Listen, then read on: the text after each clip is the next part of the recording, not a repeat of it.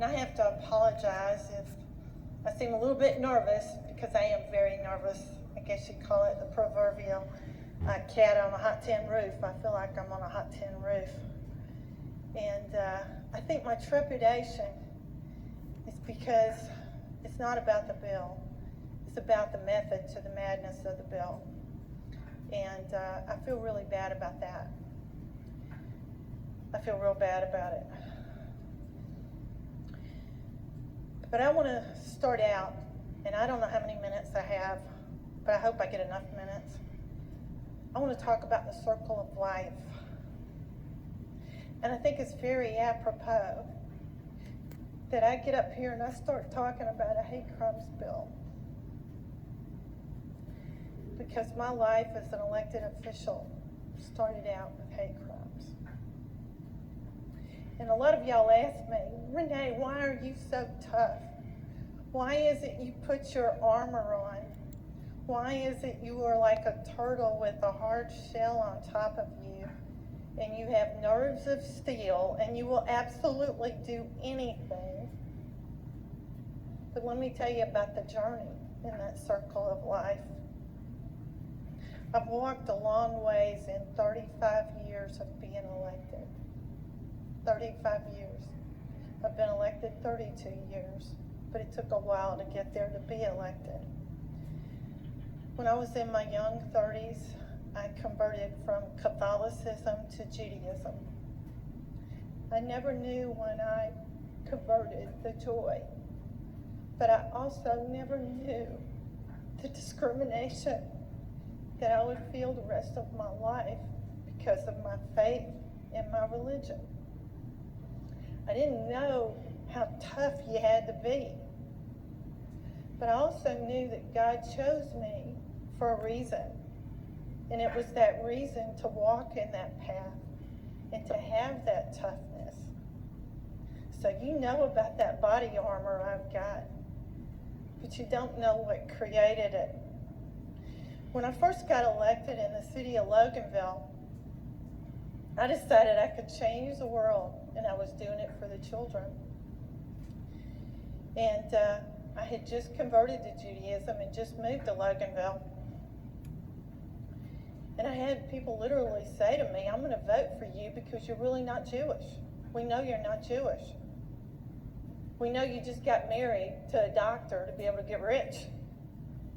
You know, I heard every accusation in the world about not being Jewish, or you're really not Jewish, and the justification. And after I became the mayor, I fired the police chief within just a few months. And all mayhem literally broke out. And I found out that fissure that I would get attacked about was about being Jewish and my religion.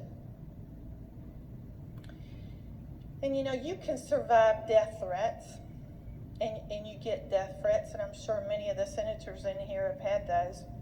But what is worse than death threats? What is worse? Well, I found out what could be worse.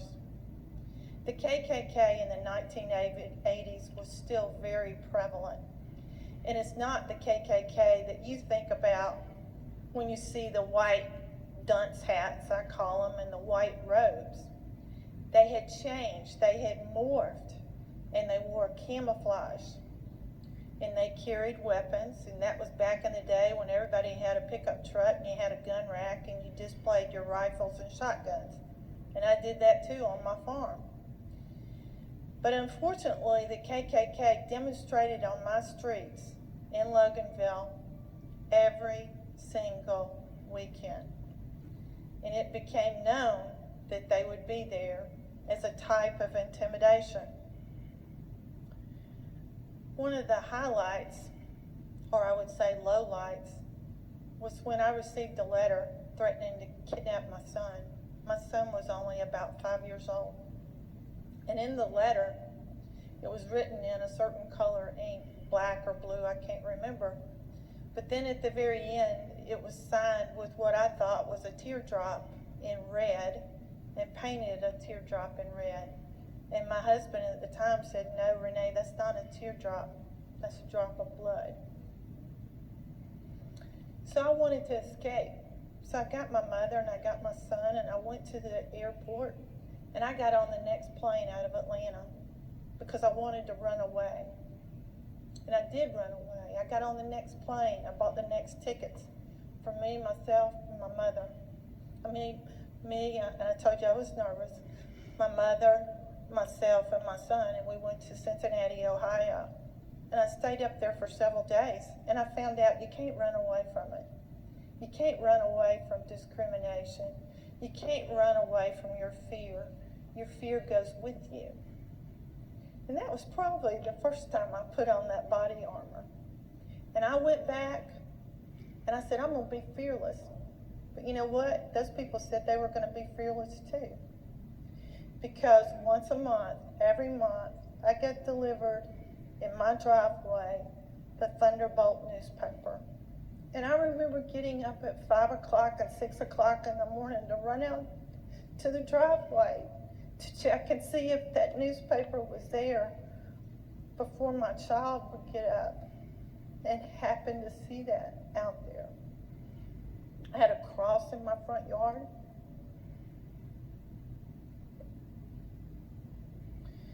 The GBI became involved, the FBI became involved, the Anti-Defamation League became involved. And fortunately, I had a lot of support. But guess who came to my defense the most? The citizens of Loganville. They denounced it. I was elected for 2 more terms. I served as 3 terms of the mayor of the city of Loganville. But I will never, ever forget that experience. And this is before the internet. This is before the fax machines. This is before anything. The New York Times picked up on my story. And Hollywood came knocking and said, we want to make a movie. And I knew then that my destiny was to be strong and to carry on and to be better and stand up for people of the Jewish religion and the Jewish faith, to be strong for them and for everyone else. And for those that are oppressed, I equally could identify with them, because when they told me about their oppression, I could identify with it. And that's why for the 20 years that I've been in here, I've written the laws about victimization, because I understand it, I identify with it, and I want to change it. So let's fast forward. We built a temple in Snellville, Georgia called Temple Beth David. We were the first Jewish temple, I believe, out in the suburbs, out in Gwinnett County. And lo and behold, that same discrimination that I faced, our whole congregation faced. Our temple was defaced with graffiti. Our sign was defaced. We were not wanted to move there. This is in the 1980s. We had to have security. I never knew as a Catholic that you had to have a police officer in a church or a temple or a synagogue. Wouldn't you rather spend that money on buying supplies for Sunday school versus paying for an off-duty police officer? But I found that was a way of life. And guess what? That discrimination, we are standing in the shadow. We are literally standing in the shadow right here of one of the most famous temples in America, called The Temple, right down the street on Peachtree Street. And why is it so famous? It's a shame it's so famous. But on October 12th in 1958 is the very famous temple bombing right down the street. So you want to know why Jews are so sensitive? Let's fast forward again. Let's talk about the Tree of Life Synagogue in Pittsburgh, Pennsylvania. It's a conservative synagogue, October 27th, 2018. 2 years ago. 11 victims when a gunman went in and slayed people who had gone to temple to pray. 11 victims. and many others were injured. Let's fast forward again to Poway, California, exactly 6 months later from the Tree of Life in Pittsburgh. Another gunman went in. It's 20 miles north of San Diego. 1 death and 3 injured. So you want to know why we need a hate crimes bill? When you can't walk into a building and pray? When you're gunned down by a madman? And you say that's a thought process? I beg to differ. In the 1990s, I helped start a group called A Gwinnett. And you think of A Gwinnett, and you think that you're helping people, and we were helping people. We were helping the gay community, and it was at the height of the HIV/AIDS epidemic. And there was no help in the suburbs. We had Aid Atlanta, but we didn't have anything in the suburbs. And it took a lot of courage. I had a lot of people tell me, Renee, you're going to end your political career because you're helping gay people.